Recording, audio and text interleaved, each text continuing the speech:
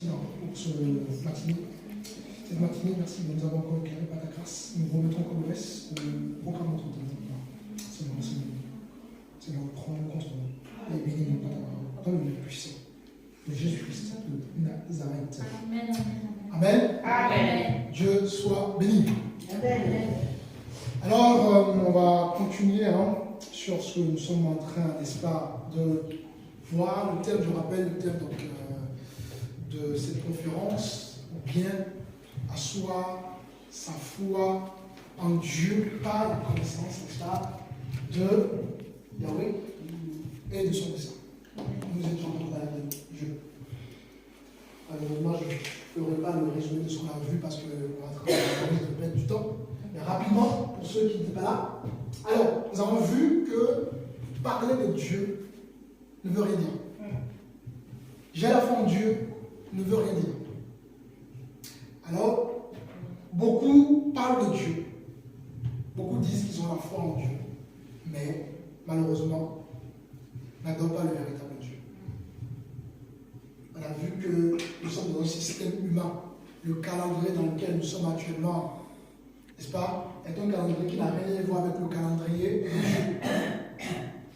de Dieu. Les masses, les jeux, on a vu que ce n'est pas le calendrier de Dieu.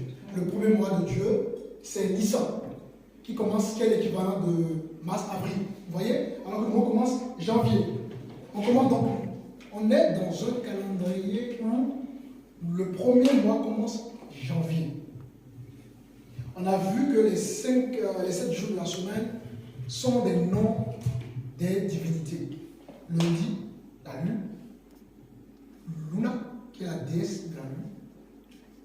Mardi, Mars, qui est, n'est-ce pas, le dieu de la guerre. Très bien. Elle est attentive. Et mercredi, Mercure, qui est très bien. Jeudi, Jupiter. Qui est Dieu. Alors il est important de connaître qui est Dieu. C'est en lui que nous allons passer notre foi. Hébreux chapitre 11, le verset 6 nous dit: or, sans la foi, il est impossible. Si le Dieu de la possibilité parle de l'impossibilité, vous vous rendez compte? On ne peut pas avoir une relation avec Yahweh si on n'a pas la véritable foi. La foi qui sauve. Donc il est impossible de lui être agréable. Car il faut que celui, n'est-ce pas, qui veut s'approcher de ce Dieu-là, croit qu'il existe.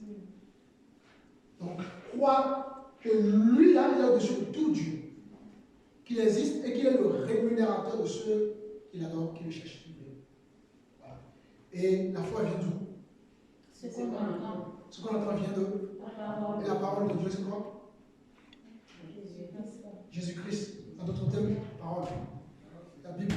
Beaucoup disent vouloir croire en Dieu, mais ne croient pas en la Bible. On a donné des exemples. La Vierge Marie. La Bible, c'est interdit d'adorer la Vierge Marie. Mais tu continues. C'est-à-dire que tu comprends la Bible. Le baptême, on ne baptise pas les bébés. On te dit que c'est interdit. Tu continues. Donc, en d'autres termes, tu n'es pas en train de louer le véritable Dieu. C'est un autre Dieu que tu en as vu dans les divinités. Dans nos familles, toutes sortes de divinités, que les divinités ont des principes et des valeurs. Alors que nous adorons une divinité, alors nous appliquons plutôt les principes et les valeurs de cette divinité-là. Et non les principes et les valeurs du véritable Dieu. Voilà. Donc ça c'était un résumé pour permettre, n'est-ce pas, à ceux qui n'étaient pas là ce matin de pouvoir être nous revenons dans le livre de Luc 11 et nous lisons toujours le verset 1er.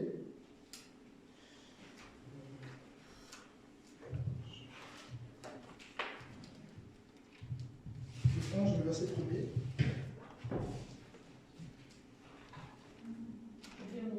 Amen.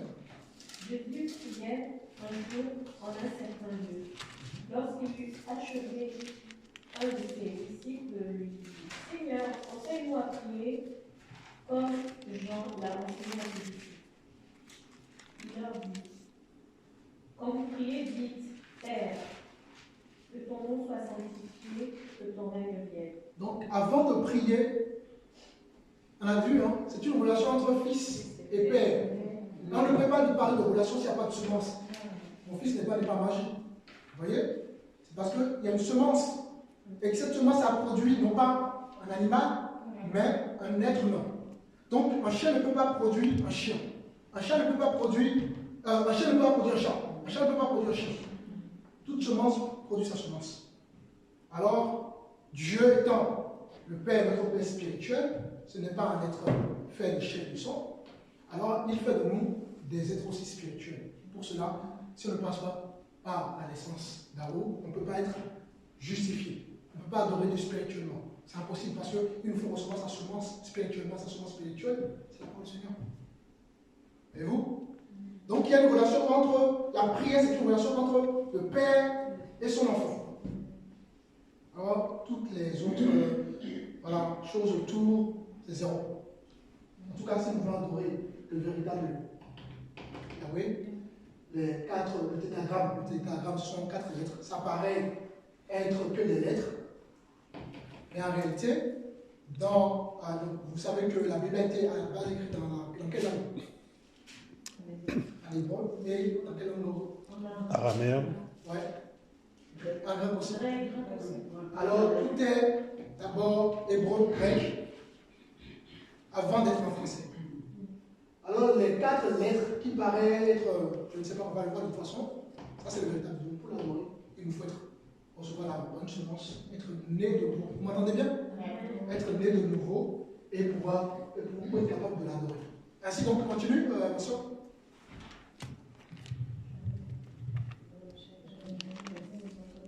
Verset 3. Tu es au verset 2 ou 3?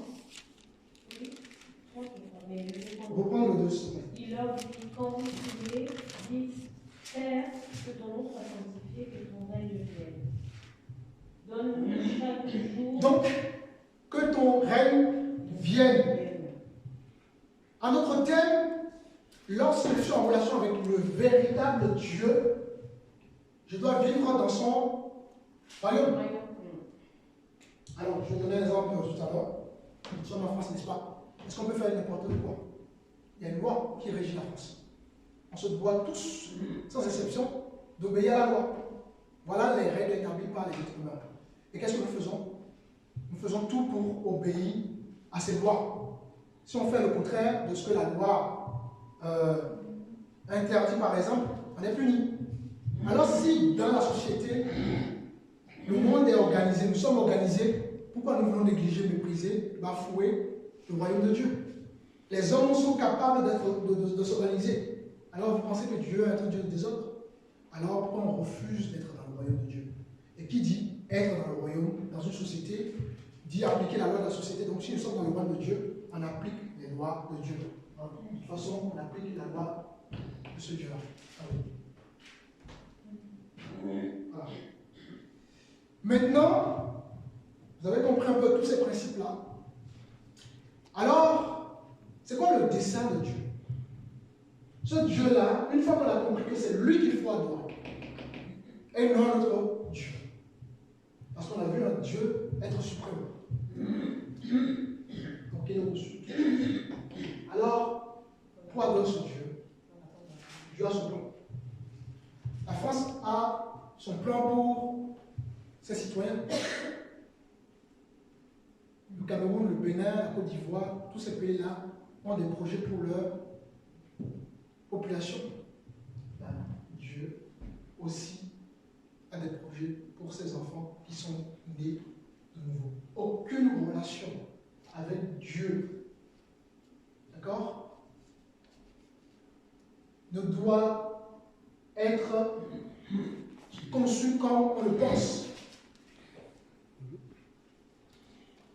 Relation avec Dieu, chercher à connaître Dieu et à être dans ses bras pour pouvoir être en contact avec lui, comme un père et son enfant. Dans lequel est le plan du Seigneur. Ce que nous allons continuer à voir cet après-midi, par la grâce du Seigneur Jésus-Christ. Avant tout ça, Seigneur, pour ta présence, nous sommes dans le livre de 1 Corinthiens.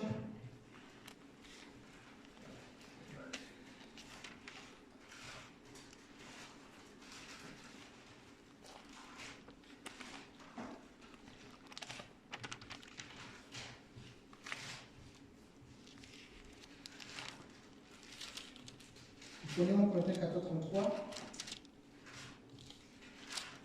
On va voir quelque chose avant d'aborder. 1 Corinthiens 14:33.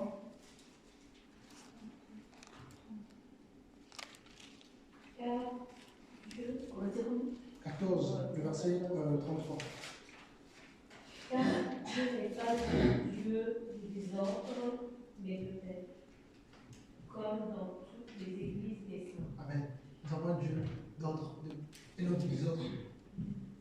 Aucun chrétien ne sera agréable à Dieu si nous ne sommes pas dans l'ordre établi par Dieu. Alors, dans mon culte avec Dieu, c'est-à-dire mon intimité avec Dieu, demande de l'ordre. Nos assemblées demandent de l'ordre. Le groupe de prière demande de l'ordre. Nos chorales demandent de l'ordre. Toute chose, n'est-ce pas, qui a un rapport avec le véritable Dieu demandera toujours l'ordre. Toujours.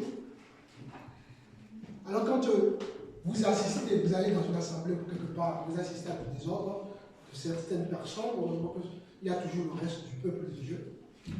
Vous qui êtes enseigné, vous comprenez que les gens sont charnels, tout simplement. Et quand vous interpellez les gens avec amour, avec douceur, c'est important, et que les gens ne veulent pas vous comprendre, vous comprenez que ces gens-là ne sont pas là pour le véritable Dieu. Nous sommes dans Proverbe 8. Proverbe 8.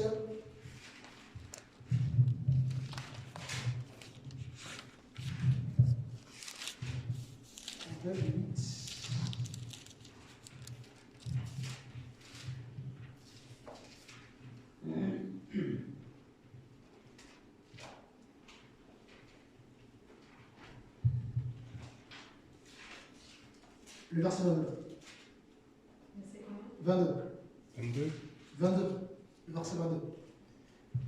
L'Éternel m'a créé la première de ses œuvres, avant ses œuvres les plus anciennes. J'ai été établi depuis l'éternité, dès le commencement, avant l'origine de la terre.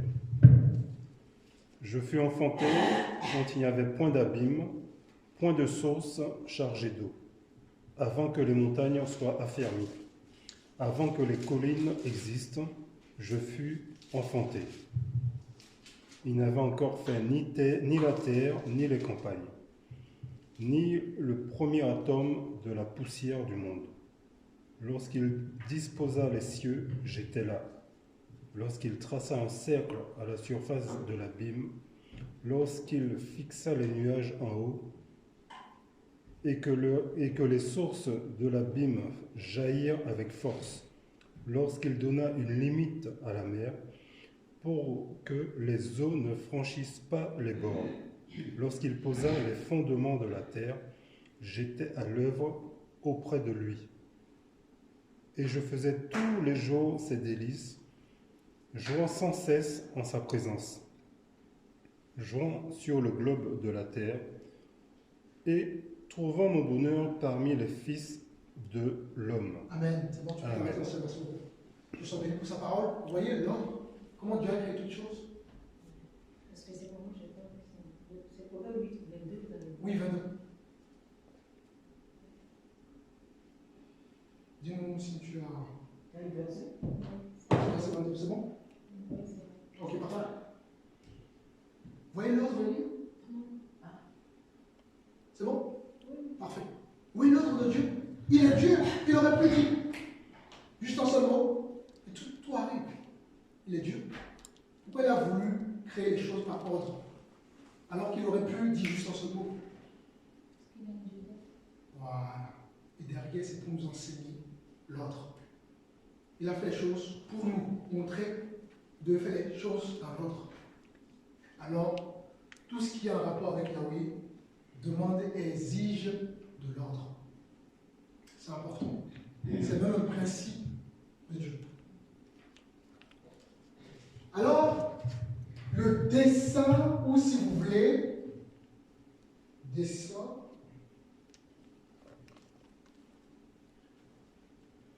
ou plan, si vous voulez. Quel est le dessin ou le plan de Dieu? Dieu a tout prévu dans l'ordre qu'on a vu. Tout, du début à la fin. Il est le réalisateur de notre vie, de tout.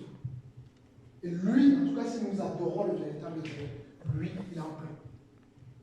Et pour que son plan soit manifeste, n'est-ce pas,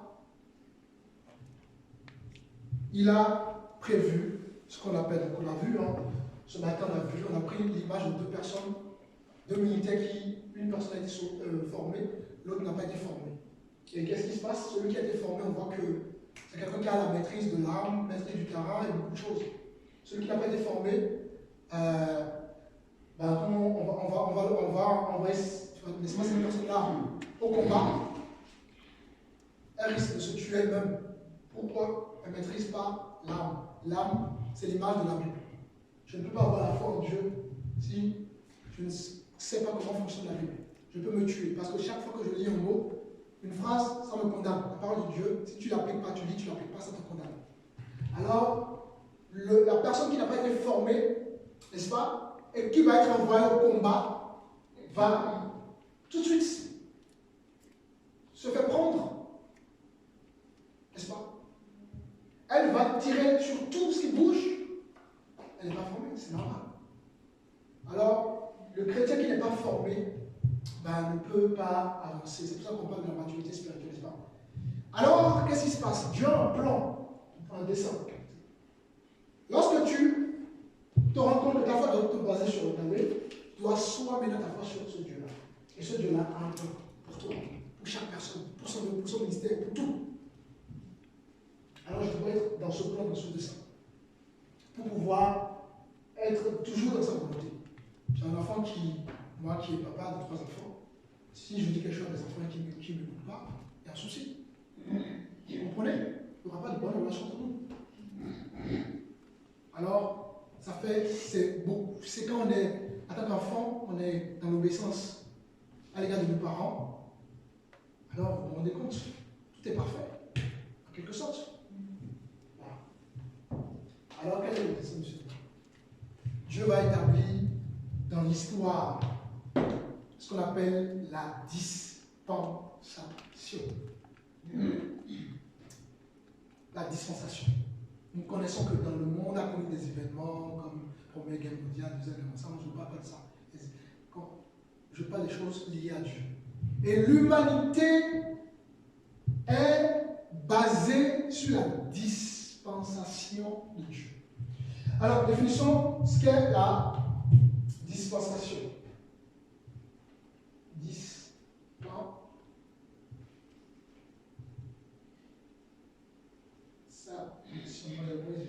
Dispensation, c'est un mot qui vient de l'hébreu.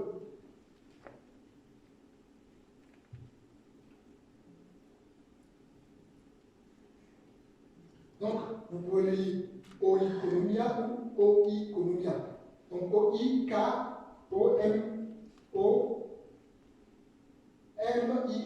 ou oikonomia.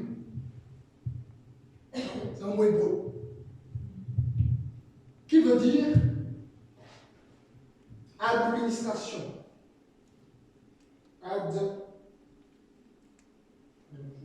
Administration, ou si vous voulez, direction.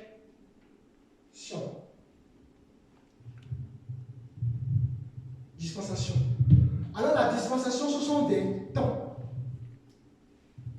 ou si vous voulez, des époques, où Dieu va révéler des choses de manière progressive soit à une personne ou à un groupe de personnes. Et depuis que le monde existe jusqu'à sa fin, nous avons un certain nombre de périodes. Ces périodes sont catégorisées en 7 dispensations. 7 dispensation. Donc, 7 périodes, ou si vous voulez, 7 temps. Ça, c'est ça le dessin du Seigneur. Donc, dans son plan, Dieu a prévu 7 périodes du début à la fin, de Genèse à Apocalypse. Et dans son plan, tout se déroule de manière progressive. Alors, cette période, Dieu étant esprit, se manifeste à travers ses élus. Dans l'Ancien, on verra aussi dans l'Ancien Testament que beaucoup ne comprennent pas, Dieu va choisir des hommes et des femmes. Et donc, quand Dieu choisit quelqu'un, il révèle quelque chose pour la période, pour cette période-là, pour ce temps-là, pour accomplir son plan à lui, son dessein à lui. Alors, jusque-là, ça va dispensation, temps, période, économia, qui vient de l'hébreu, économia qui veut dire administration, administrer quelque chose, diriger quelque chose. Dieu qui dirige, c'est lui qui dirige l'humanité, mais à travers des hommes qu'il choisit. Et il va confier à des hommes le rôle d'intendance. C'est quoi un intendant? Un intendant, c'est qui? Quel est le rôle de ce dernier? Celui qui garde, ceux qui gèrent. Qui gère, oui. Qui gère la volonté d'une institut. La volonté dans l'administration, Voilà. de gérer quelque chose pour le temps, pour le temps déterminé ou pas déterminé. Amen. Exactement. L'intendant, c'est celui qui gère quelque chose pour son propriétaire et dans l'intérêt du propriétaire. Je construis ma maison. Je suis pas construire ma maison. Je te nomme gestionnaire de la maison parce que je n'ai pas le temps de le faire. Je gère ma maison dans mon intérêt. Je dois faire ce que toi tu veux. Alors, l'homme, Dieu va choisir des hommes qui vont jouer ce rôle-là. Gérer les choses de Dieu. À la place de Dieu, mais dans l'intérêt de Dieu. Luc chapitre 16. Lisons un petit verset.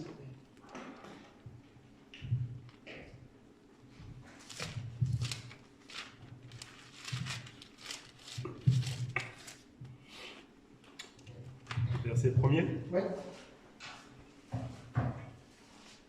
Jésus dit aussi à ses disciples, un homme riche avait un économe qui lui fut dénoncé comme dissipant ses biens. Il l'appela et lui dit, qu'est-ce que j'entends dire de toi? Rends compte à ton administration, car tu ne pourras plus administrer mes biens. L'économe dit en lui-même, que ferai-je puisque mon maître m'ôte l'administration de ses biens? Travailler à la terre, je ne le puis. Manger, j'en ai honte. Je sais ce que je ferai, pour qu'il y ait des gens qui me reçoivent dans leur maison quand je serai destitué de mon emploi. Et faisant venir chacun des débiteurs de son maître, il dit au premier, combien dois-tu à mon maître? 100 mesures d'huile, répond-il. Et il lui dit, prends ton billet, assois-toi vite et écris 50. Il dit ensuite à un autre, et toi, combien tu dois? 100 mesures de blé, répond-il. Et il lui dit, prends ton billet et écris 80. Le maître loua l'économe infidèle de ceux qu'il avait agi prudemment. Car les enfants de ce siècle sont plus prudents à l'égard de leurs semblables que ne le sont les enfants de lumière. Et Ben, moi... C'est bon, je vais t'arrêter. Vous voyez? L'image, ce sont des images là. Vous voyez que Dieu confie les choses et derrière il va demander des comptes. C'est pour ça qu'il est écrit, si vous n'êtes pas fidèle dans les petites choses, vous pouvez être fidèle dans les grandes choses. Quand Dieu te donne des dons, sache que Dieu ne t'a pas juste donné des dons pour que tu dises aux gens, oui j'ai des dons. Tu dois travailler ces dons-là. Parce que Dieu nous demandera des comptes. Matthieu 25. Le Seigneur va donner 5 talents. Alors, 2 à l'autre, 1 à un autre, à ont reçu différents talents. Mais pas, ce n'est pas comment dirais-je, Dieu n'a pas donné 5 à tous les 3. Alors, celui qui a reçu 5 talents va multiplier ça fois 5 pour en donner 10. Celui qui a reçu 2 va multiplier pour que ça soit 4, donc 2 de plus. Et celui qui a reçu un seul talent, qu'est-ce qu'il va faire? Il va le cacher. C'est quoi ça veut dire? Ça dit quoi? Ça veut dire que nous avons tous des dons, des talents. Même les gens du monde, Dieu a dit quelque chose à nous. Nous qui étions dans le monde de foi, on ne savait pas qu'on avait des dons. Dieu dépose tout en nous. Maintenant, pourquoi il a fait? Il a fait pour que, la Bible dit que nous sommes en pèlerinage. Nous sommes des voyageurs, n'est-ce pas? Sur la terre. Donc, dans le but d'accomplir une mission. Jérémie, chapitre 1, 3, je te connaissais dans le ventre de ton mère et je t'ai établi prophète. Avant qu'on le naisse, Dieu nous connaissait dans le ventre et il nous a bien établis. Maintenant, quand on arrive dans le monde de manière physique, on a une mission. C'est ainsi que Dieu a déposé des talents dedans en nous. Maintenant, entre-temps, je ne connaissais pas le véritable Dieu. Maintenant, je le rencontre par sa grâce, parce que nous sommes dans le don de la grâce. Comme je le connais maintenant, je dois faire quoi? Comprendre que, ah d'accord, les talents que j'avais, j'étais dans la musique, dans les choses, je sentais que ouais, je peux faire quelque chose facilement. Aujourd'hui, je comprends que ça doit être dans l'intérêt de Dieu. Je dois glorifier Dieu avec. Ah, je comprends que je dois travailler, n'est-ce pas, le don que j'ai reçu, les talents que j'ai reçus. Je dois multiplier ça. Si je ne fais rien, comme maintenant, je vais rendre des comptes. Et celui qui a reçu un seul talent va cacher ça. Quand le maître arrive et demande des comptes, il commence par amadouer le maître. Ah, je sais que tu es un bon maître, machin, machin. La Bible déclare qu'il a été jeté où? Dehors. Donc, si on ne travaille pas les dons, les talents, on va se retrouver dans le séjour des morts. Alors, on comprend que dans l'église, parce que quand on parle d'église, nous avons déjà reçu la connaissance. Alors, comme on a reçu la connaissance, n'est-ce pas, on comprend maintenant qu'il faut travailler les dons. Sinon, on va demander des comptes. On va rendre des comptes au Seigneur. Alors maintenant, arrive un autre problème. Le problème de la jalousie. Ah, ma soeur, prenons ma soeur Calais. Ma soeur Calais a reçu 5 talents. Ma soeur Aïssa a reçu un seul talent. Moi, pourquoi Dieu m'a donné un seul talent? Pourquoi Dieu a donné 5 talents à ma soeur Calais? C'est pas normal. Il y a un problème. Je perds de vue l'objectif qui est de me concentrer au Seigneur. Je me focalise sur ma soeur. Donc la soeur Aïssa se focalise sur la soeur Calais. Et perd de vue Dieu. Elle n'a pas compris, n'est-ce pas? Évidemment, c'est un exemple. Gloire à Dieu, tu as compris les choses. Gloire à Dieu. D'accord? Donc, du coup, elle n'a pas compris qu'elle est complémentaire à ce qu'elle est. Pour une mission commune. Christ est un. La Bible dit que nous sommes les membres du corps de Christ. Si vous vous rendez compte, je n'ai pas mes 2 pieds là, les autres vont bouger. Non. Si je n'ai pas mes 2 mains, la bouche va manger. Comprenez? Pour que mon corps bouge, j'ai besoin de mon pied, de mes mains, de mes yeux, de tout. Alors, là, il s'agit de la synchronisation. L'Église doit se synchroniser pour connaître que la sœur Calais est complémentaire. La sœur Karine est complémentaire. Nous sommes tous complémentaires pour bouger ensemble. Amen. Amen. Ça enlève la jalousie. Pourquoi nous avons connu Yahweh et il nous enseigne les choses. Donc, si vous êtes dans une église, vous voyez ces genres de choses, comprenez que la personne n'est pas encore sur Yahweh. Voilà la cause de l'ignorance, de la légèreté, de la négligence dans les choses de Dieu. Souvent, on va chercher moi-même, c'est simple. La personne, si tu es vraiment connecté à Dieu, si tu es connecté à Dieu, il n'y a pas de raison, nous sommes dans la même plante. Alors Dieu te révélera les choses. Et voilà, donc, l'histoire des talents. C'est comme l'homme et la femme. Dieu créa l'homme et la femme. Dieu créa l'homme d'abord, et après la femme. Cela parce que l'homme, la femme est créée après. L'homme était dans l'homme, la femme était dans l'homme. Puisqu'après Dieu n'avait pas. Voilà. Donc la femme existait déjà. Dieu dit, tu seras. Qu'est-ce que Dieu a dit à l'homme lorsqu'il a présenté à Adam? Ève, pardon. Ou bien qu'est-ce que l'homme a dit quand il a vu Ève? La chair de ma chair. Voilà. Ma chair de ma chair. Ma chair s'est trouvée insemblable à moi. Alors, l'homme et la femme, il n'y a pas une question d'infériorité entre l'homme et la femme. Nous sommes dans une société qui nous explique que il faut marcher sur la femme. Non. La Bible déclare que la femme est la colonne vertébrale. Et une colonne, c'est à quoi? Une colonne, c'est à soutenir le toit. Et le toit, c'est l'image de l'homme. Alors, vous imaginez s'il n'y a pas de la poutre, hein? La colonne, c'est la poutre. S'il n'y a pas de poutre, le toit va-t-il tenir debout? Non. Impossible. Alors, on voit que le toit protège la maison. Voilà le rôle de l'homme. L'homme protège sa famille, certes, parce que Dieu lui a donné quelque chose que Dieu n'a pas donné à la femme. Mais Dieu a donné des choses à la femme que Dieu n'a pas donné à l'homme. Et ils sont complémentaires. Amen, amen. Alors, s'il n'y a pas de poutre, pas de toit. L'aide, ça veut dire soutien, conseiller.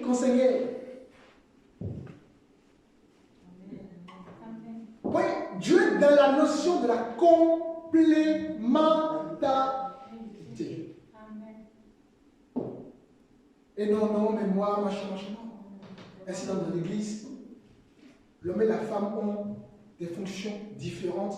Pourquoi? Parce que dans l'église, nous sommes tous complémentaires. Alors, je ne dois pas envier la place de mon frère ou de ma soeur.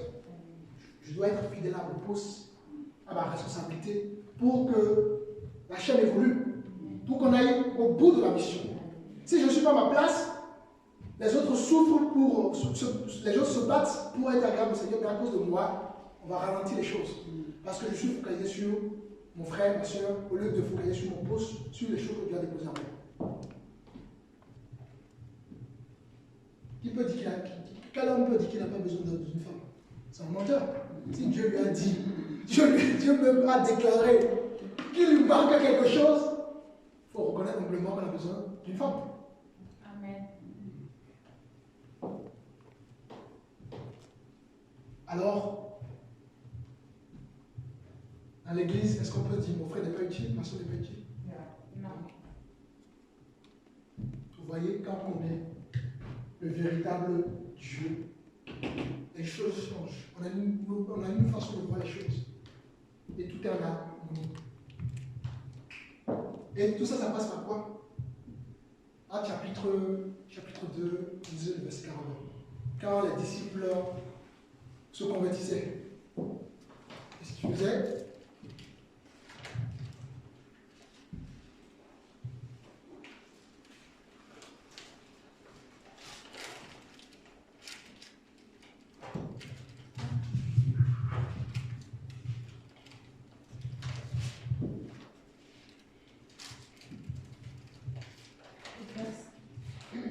Il persévérait dans l'enseignement des apôtres. Alors, en tant que fils engendré spirituellement par la semence de Dieu et déclaré saint par la grâce de Dieu, puisque je ne suis qu'un pécheur, et tout pécheur méritait la mort, tous sont péchés, sont privés de ma gloire. Et le salaire de la mort, du péché, pardon, c'est la mort. Alors, ne méritons pas d'avoir une relation avec Dieu, ne méritons pas de communier avec Dieu, Dieu me fait une grâce immense d'être saint, d'être déclaré saint, juste. Et quand nous allons comprendre ce qui s'est passé jusqu'à ce qu'on arrive à la grâce, on va se faire tout petit devant Dieu. En tout cas, pour ceux qui veulent avoir le salut éternel, bien sûr. Il y a des gens qui peuvent aller en enfer. Et ils le disent clairement. Parce qu'ils ne connaissent pas. On leur parle du feu. On leur parle de machin. Ils ne sont pas conscients. Alors, on est amené à persévérer dans les enseignements. Ensuite, ma soeur Karine. Dans la communion fraternelle. La communion fraternelle. Alors nous sommes ensemble, c'est la communion fraternelle. J'ai... Il est bon et qu'il est agréable pour des frères d'habiter unis ensemble. Waouh, il est bon et agréable d'être ensemble. Continue. C'est comme l'huile, la meilleure, qui répandue sur la tête descend sur la barbe d'Aaron, qui descend sur le bord de ses vêtements. C'est comme la rosée d'Hermon, qui descend sur les montagnes de Sion, car c'est là que l'Éternel donne la bénédiction, la vie pour l'éternité. Waouh. Amen, amen, amen. C'est pas si vous vous rendez compte. C'est là que Dieu donne la bénédiction. La vie pour la vie de Dieu. Alors, on peut pas être chrétien et vivre solo. Le diable rôde. Jean 10 dit quoi? Rapidement. On garde toujours le verset, j'ai pas oublié de 1, 2. Jean 10 quoi? 10, chapitre 10, verset 10 dit quoi? Parce qu'avec le verset toujours de Psaume 133. Jean 10. Le voleur ne vient que pour dérober, égorger et détruire. Donc si je viens solo, le voleur c'est qui? Le diable. Il viendra égorger, dérober. Il va dérober pourquoi? Tout ce que tu as reçu de Dieu. La semence, la vie de prière va changer. La sanctification va changer. La communauté va changer. Tu commences à raisonner comme le monde. Non, je peux, voilà, tu sais, je peux rester chez moi. L'essentiel c'est de louer Dieu. L'essentiel c'est l'intimité avec Dieu. Oui, mais Dieu a Dieu d'équilibre. Tout est celui. Vous voyez, bien. Donc il vient et va dérober d'abord, récupérer tout ce que tu as reçu de Dieu. Or, lorsque tu reçois la délivrance, qu'on chasse les démons, tout ça, ils sont en colère, les démons. Il y a vu le cas que quand tu pêches, ou bien tu ouvres une porte, les démons que tu avais avant reviennent 2 fois plus forts. C'est pour ça que les gens, quand ils sortent de la spiritualité, vous allez voir qu'ils ont beaucoup plus de problèmes qu'avant. Parce que la spiritualité, on joue avec la spiritualité. Beaucoup jouent avec la spiritualité. Donc il vient, il dérobe, ensuite il égorge. Il ne s'arrête pas. Il veut complètement t'effacer. Tu l'as chassé, tu as prié, tu as oublié. Tu as dit devant les autres, devant les démons, je me suis Jésus. Tu t'es baptisé. Tu as déclaré une guerre. Voilà, tu as déclaré une guerre. Alors, maintenant qu'il a l'occasion, comme on dit, il va bien te piétiner. Donc il va dérober, te dégorger. Il va égorger quoi? Ben, le fait que tu as le regard fixé dans le Seigneur Christ étant la tête, ben, il va te sortir de la vision du Seigneur, donc du plan, du dessein de Dieu. C'est ce que vous voyez. Et ensuite, troisième, qu'est-ce qu'il fait encore d'autre? Dérober, égorger, Détruire. et détruire. Complètement te anéantir. Voilà. Alors un chrétien ne peut pas vivre seul. Jérémie nous dit dans la Bible que Dieu nous a donné des pasteurs pour paître les brebis. Une brebis qui n'est pas dans la bergerie, voilà, elle est en danger. Vous pensez que Dieu a donné ces images-là pour rien? Elle va s'égarer. Elle peut faire quoi sans la bergerie? Alors pourquoi on veut vivre en solo? C'est impossible. Moi, si on ne croit pas, on ne va rien vivre. Alors nous revenons dans le livre de Actes chapitre 2, verset 42. Et persévérer dans l'enseignement. Donc, l'enseignement, Dans la communion fraternelle. communion fraternelle, Dans la fraction du pain. fraction du pain. Donc la communion fraternelle, la fraction du pain, c'est voilà, les agapes, etc. Et dans les prières aussi. Dans les prières. Alors, je ne dois pas simplement être là le dimanche. Beaucoup se focalisent sur le dimanche, le culte. Le culte n'est pas le seul élément. Si je mange que le riz, attention. Il y a des vitamines dont j'ai besoin. Il y a la vitamine A, B, C, etc. Moi, je ne peux pas manger que le riz. Ça va me fatiguer. J'ai besoin d'être équilibré. Donc, d'un peu de tout. Voilà, merci pour lui. Vous voyez? J'ai besoin d'un peu de tout pour être équilibré dans l'enfant. Donc, il me faut être dans les cultes, la prière, comme un fraternel, façon du pain. C'est 4 choses. Et ces choses, généralement, on le fait dans la semaine. Vous allez voir les gens qui ont juste. Je préfère le culte. Je préfère la prière. Oh, l'enseignement, ça dort. Ils disaient pas du tout. Et ça, en ce moment, ça baille. Beaucoup. C'est en ce moment qu'on pense à comment est-ce que je vais faire manger à la maison. Là. Pourtant, tu es enseignement. Voilà. Parce que quand tu as des combats comme ça, l'enseignement n'est pas simple. Donc, l'ennemi va t'envoyer des combats. Et c'est synonyme, ou si vous voulez, cela démontre clairement que ce que tu es en train de recevoir là, c'est la bonne chose. Tu n'auras pas des combats. Amen. Alors le chrétien se doit d'être équilibré. Nous mangeons la nourriture spirituelle. Bon, j'ai besoin de manger. Si je ne mange pas là, ça va être chaud. Alors, dans ma vie spirituelle, en tant qu'un enfant de Dieu, je me dois de manger aussi spirituellement. Je ne néglige pas ma nourriture physique, je ne néglige pas non plus ma nourriture spirituelle. Voilà. Pourquoi je connais la Bible. Et donc, pour revenir au dessin, Dieu met en place cette période de l'humanité pour manifester son dessein, son plan pour ses enfants, pour ceux qui l'acceptent comme Seigneur Sauveur, pour ceux qui reconnaissent qu'il est le roi des rois, le tétragramme Yahweh. Alors, nous allons voir ces plans au fur et à mesure. Il y a ces plans sous différentes formes. La dispensation, il y a la dispensation de l'être humain. Il y a d'ailleurs 5 dispensations pour l'être humain. La création, nous sommes conçus dans le ventre de notre mère. La naissance. Ensuite, la vie, la vieillesse et la mort. Les 5 périodes dans la vie de l'être humain. Je ne fais rien au hasard. Alors, pour la personne de Dieu, pour la personne de Yahweh, il y a aussi des dispensations. Des périodes où Dieu va se révéler à l'être humain. C'est ça qu'on appelle les dispensations de Dieu. Et il y en existe 3. 3 dispensations pour la personne de Yahweh. Quand on a vu, il en existe combien pour l'homme? 5. Combien de 5? C'est pour vous. Voici, vous êtes à l'écoute. Alors pour Dieu, il en existe 3. Première révélation de Yahweh. Mystère des choses cachées de tout le temps.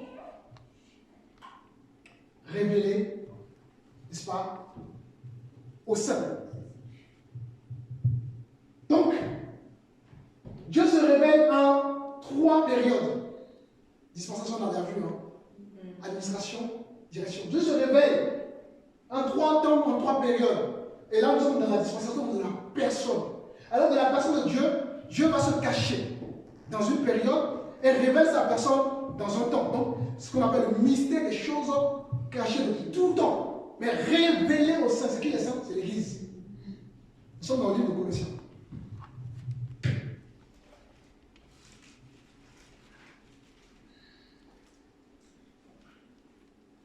Nous prenons Colossiens 1.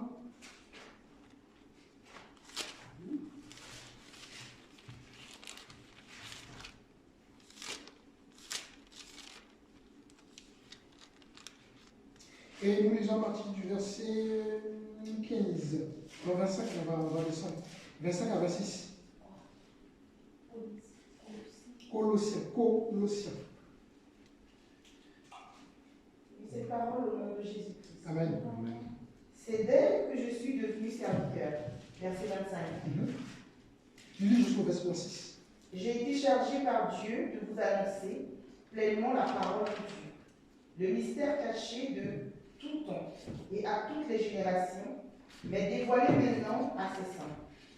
Amen. Vous voyez? Ça, c'est la première dispensation de la personne de Yahweh. Il y a des choses que Dieu a cachées en un temps pour par la suite le révéler à un autre temps ou à une autre période. Deuxième dispensation de la personne de Yahweh, le mystère des choses présentes.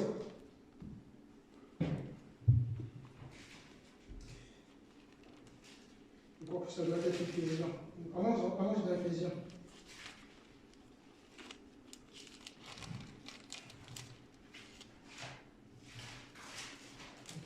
Éphésiens 1.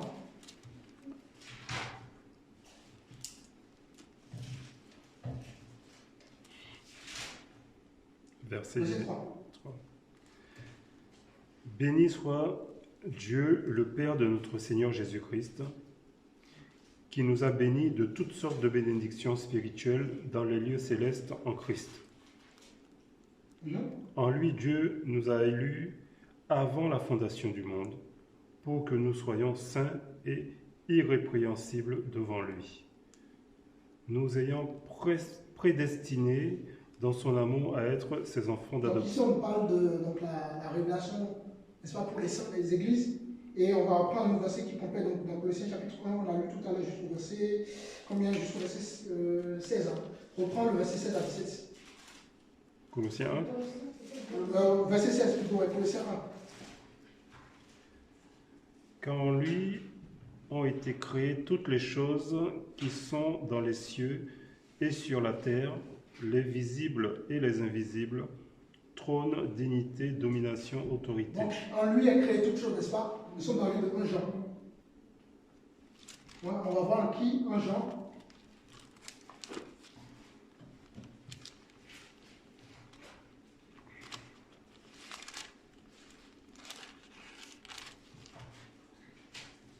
Chapitre 5.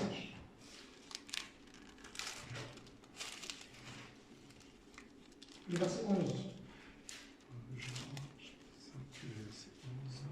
Et voici, ce témoignage, Dieu nous a donné la vie éternelle. Et cette vie est en son Fils. Celui qui a le Fils a la vie. Celui qui n'a pas le Fils n'a pas la vie. Cela, je vous l'ai écrit, afin que vous sachiez que vous avez la vie éternelle. Vous qui croyez au nom du Fils de Dieu. Amen. Vous voyez, donc tout est caché en Jésus. Et c'est qui a la connaissance de Jésus aujourd'hui? L'Église. Est-ce que les saints de l'époque connaissaient Jésus? Non, ils n'avaient pas cette révélation. Donc, la première dispensation, Dieu s'est révélé en tant que Dieu, au sein. En tant que Yahweh. On va le voir Yahweh, en tant que Yahweh. Dans la deuxième dispensation de la personne de Dieu, Dieu s'est révélé en tant que Fils. Est-ce que vous comprenez un peu?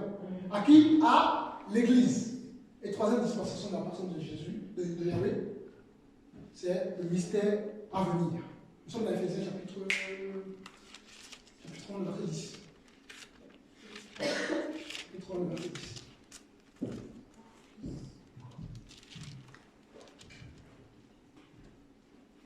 Éphésiens 3, 10. Chapitre, non, Éphésiens 1, chapitre 10.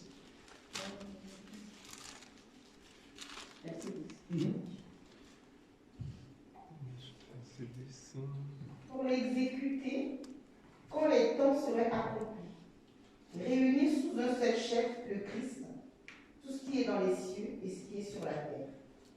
En lui, nous avons aussi été mis à part, prédestinés selon le plan de celui qui opère, tout selon la décision de sa volonté. Amen.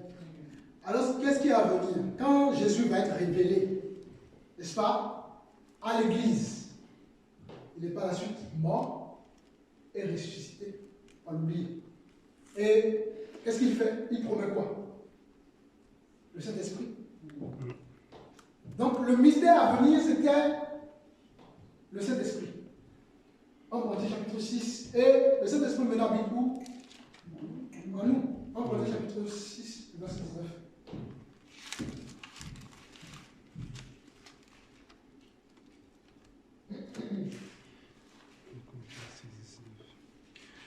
Ne savez-vous pas que votre corps est le temple du Saint-Esprit Vous voyez? en vous, Qui est en nous. Donc, Dieu s'est révélé, premièrement, au niveau de sa personne, en tant que Dieu, pour nous montrer qui il est en tant que Dieu. Ensuite, il se révèle, comme les hommes avaient besoin de le voir, il se révèle maintenant par la personne de Jésus. Les gens ne l'ont pas reconnu, parce que pour les hommes, c'était un scandale de voir un homme dire qu'il est Dieu. Qu'est-ce qui est impossible à Dieu? Et par la suite, il se révèle maintenant avec le Saint-Esprit. Voilà les trois personnes de Jésus. Et ces trois personnes-là, quand vous lisez, quelqu'un peut lire Genèse chapitre 1, le verset 1er. commencement, Dieu créa les cieux et la terre. Dieu, quelqu'un d'autre a une autre version? Il y a une autre version. Genèse chapitre 3. Genèse chapitre 1, verset 1er. Verset combien? Premier, le verset 1er. Verset 1. Le serpent. C'est là, il y a le serpent. Le serpent était le. Non, Genèse. Genèse. Chapitre 1. Chapitre 1. Le verset 1. Genèse chapitre 1, verset 1. Voilà. C'est ça, c'est le début. Au commencement. Oui, oui, c'est ça. Au commencement, Dieu créa les cieux et la terre. Il n'y a pas Elohim. C'est Elohim dans la version normale. Pas Dieu. La bonne version, c'est Elohim. Ouais. Et Elohim. Quelqu'un d'autre a ça ou pas? C'est Elohim. Pas Dieu. La bonne traduction, bien sûr. Alors, Elohim, ça veut dire quoi? Elohim, ça vient de Eloah. Eloah. Eloah, c'est un mot hébreu qui veut dire Dieu. Elohim veut dire Dieu au pluriel. Est-ce que vous comprenez? Donc, en fait, au commencement, Elohim, Dieu au pluriel, donc Dieu, Jésus et le Saint-Esprit.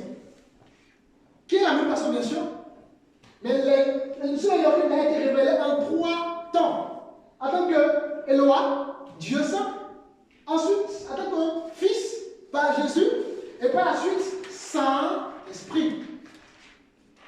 Eloah, c'est un hébreu pour Dieu. Et Elohim, Dieu au pluriel. Donc, Jésus et le Saint-Esprit étaient déjà cachés en Elohim dès le départ. Mais Dieu ne s'est pas révélé d'un seul coup. Il a pris son temps. D'abord révéler Dieu pour qu'on connaisse qui est Dieu. Ensuite le Fils, pour qu'on connaisse qui est le Fils. Et le Saint-Esprit, pour qu'on puisse connaître le Saint-Esprit. Mais c'est toujours la même personne. L'homme est composé de combien de parties? Qui sont?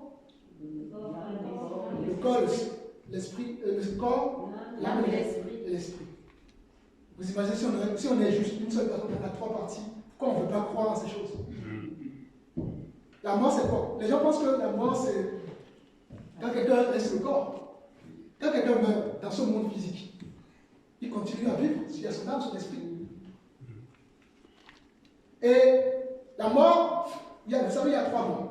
La mort spirituelle. Donc, quand Adam et Ève ont péché, ils se sont séparés de Dieu. C'est la mort spirituelle. Ensuite, il y a la mort physique. Et il y a la mort de l'âme maintenant qui est donc, la dernière mort. Vous voyez, une seule personne a déjà 3 parties. Donc quand on laisse le corps, l'âme sort. Alors, Dieu, Jésus, Saint-Esprit, c'est toujours la même personne. Mais révélé au temps différent, à des périodes différentes. Voilà. C'est important de comprendre ça. Très important. Alors voilà les 3 personnes de Yahweh. Pas les 3 dispensations. Une fois que Dieu s'est révélé en sa personne, Dieu va maintenant révéler les choses en 7 temps, comme je vous disais. Et le premier temps, c'est le temps de l'innocence. Lorsque Dieu a créé Adam et Ève, ils étaient innocents. La Bible déclare qu'ils étaient nuls parce qu'ils avaient honte. Mais non, ils n'avaient pas connaissance du mal. C'est ce qu'on appelle le temps d'innocence. Voilà la première période de l'histoire de l'humanité. Le temps de l'innocence. Vous connaissez un peu, je ne vais pas prendre pour passer par passage, on va juste relater un peu quelques faits. Et Dieu crée l'homme et la femme, et ils étaient purs. Mais Dieu a fait quand même quelque chose de magnifique. Dieu aurait pu imposer son amour. Mais là, il laissait le libre à l'homme de l'aimer ou pas. Parce que s'il avait imposé, il avait déposé cela en l'homme, l'amour serait bête en quelque chose. Vous voyez, ce ne serait pas de la sincérité. Parce qu'on peut se demander pourquoi Dieu crée l'homme à la femme et dépose l'arbre du jardin, machin.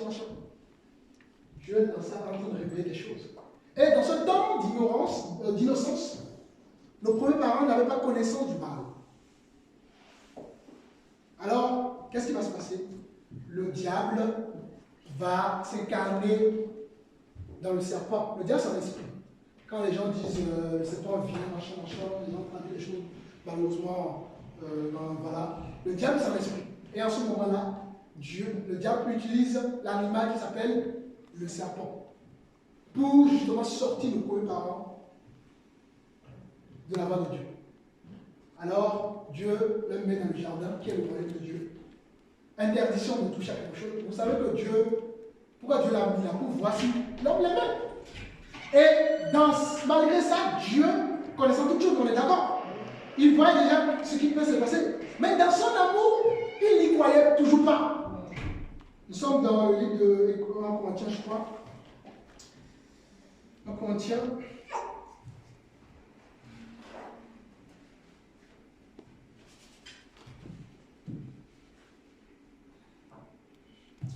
J'ai un petit doute sur le verset 15 ou 13. Quelqu'un peut me prendre le verset 13 pour voir? À partir du verset 5.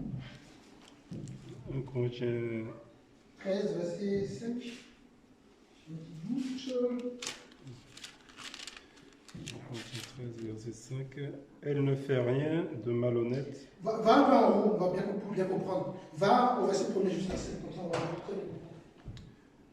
Quand je parlerai les langues des hommes et des anges, si je n'ai pas la charité, je suis un airain qui résonne, ou une cymbale qui retentit.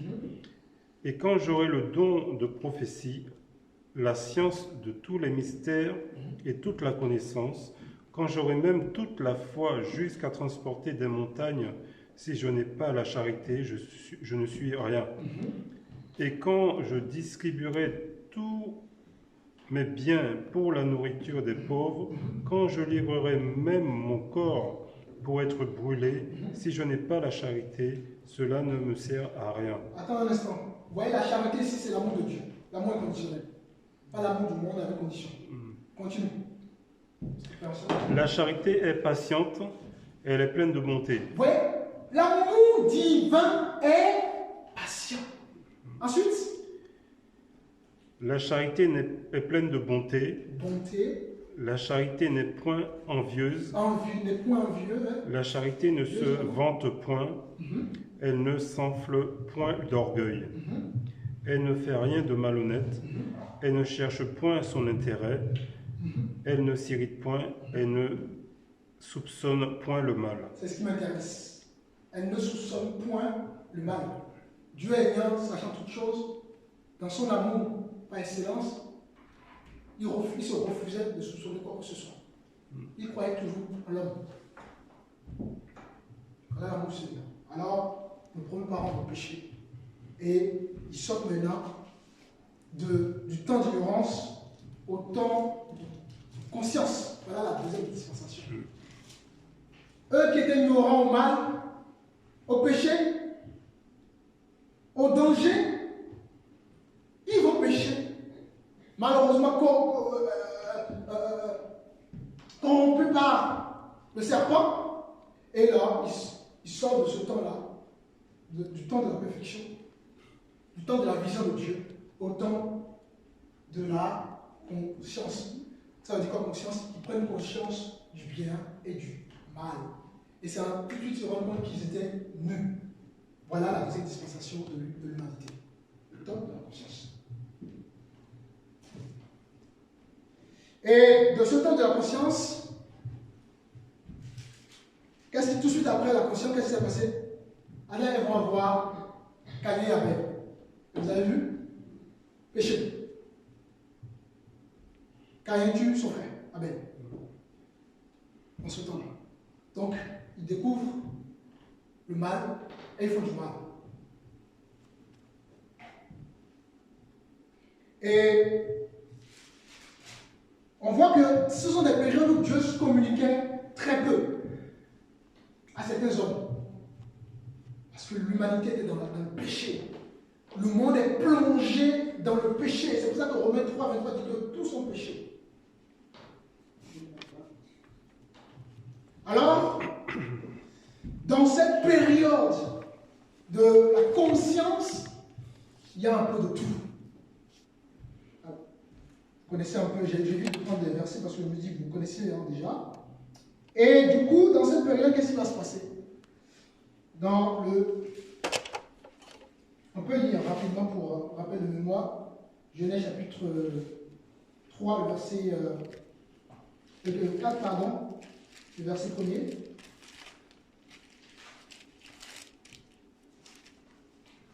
Genèse 3.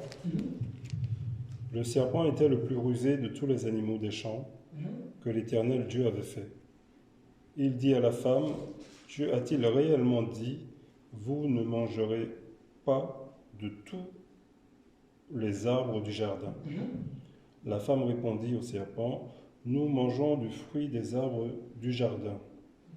Mais quant au fruit de l'arbre qui est au milieu du jardin, Dieu a dit, vous ne mangerez Tu es point... dans 4 là? J'ai dit combien? 3? Tu as dit Ah, 3. excuse-moi, 4, s'il te plaît. Excuse-moi ça. 4. Genèse 4. Au premier. Oui, premier verset, oui, s'il te plaît. Adam connut Ève, sa femme. Elle conçut et enfanta Caïn, et elle dit, j'ai formé un homme avec l'aide de l'Éternel. Elle enfanta encore son frère Abel.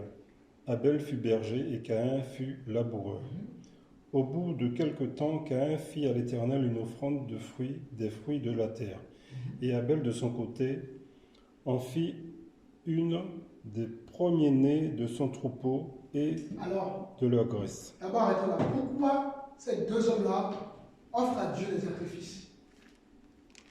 Parce que Dieu communiquait. Et pourquoi l'offrande de Abel va être appréciée? Dieu ne communiquait pas, n'est-ce pas, sa volonté à tout le monde à cette époque. À partir du moment où le péché est entré, Dieu communiquait très peu avec les gens. Alors, comme Abel certainement était connecté au Seigneur, il a su recevoir la révélation, parce que jusque-là encore, la loi n'existait pas encore. Il a su recevoir la révélation. Et, voyez-vous, et vous connaissez la suite. Donc, qu'est-ce qu'on comprend? Nous comprenons que, à cette période de la conscience, la relation, n'est-ce pas, entre Dieu et les hommes est régie par des sacrifices. S'il n'y a pas de sacrifice, il n'y a pas de relation. Et c'est pour ça qu'Abel pouvait, n'est-ce pas, apporter un bon sacrifice à Dieu. Et vous voyez tout de suite, jalousie. Son frère tue. Son prophète du sang. Donc, c'est pas donner juste ça date, vous voyez? Deux frères nés du même sang s'entretuent. Enfin, s'entretuent. Abel n'a pas cherché à tuer Caïn. Caïn qui a plutôt tué son frère. Vous voyez, bien aimé? Et nous sommes au Genèse chapitre 6, rapidement. Verset 1er. Lorsque les hommes eurent commencé à se multiplier sur la surface de la terre et que les filles leur furent nées, les fils de Dieu virent que les filles des hommes étaient belles. Et ils en prirent pour femmes parmi toutes celles qu'ils choisirent. Regardez quelque chose. Les fils de Dieu prennent les filles des hommes, ça veut dire quoi? Les fils de Dieu, ce sont qui? Les anges. Vous êtes sûr? Qui a d'autres réponses? Allons dans les livre de Job.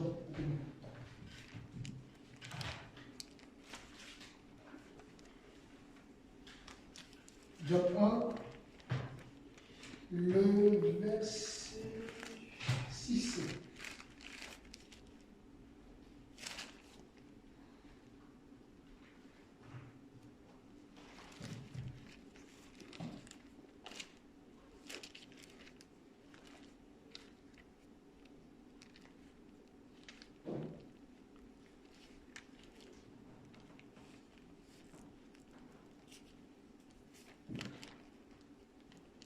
Job 6.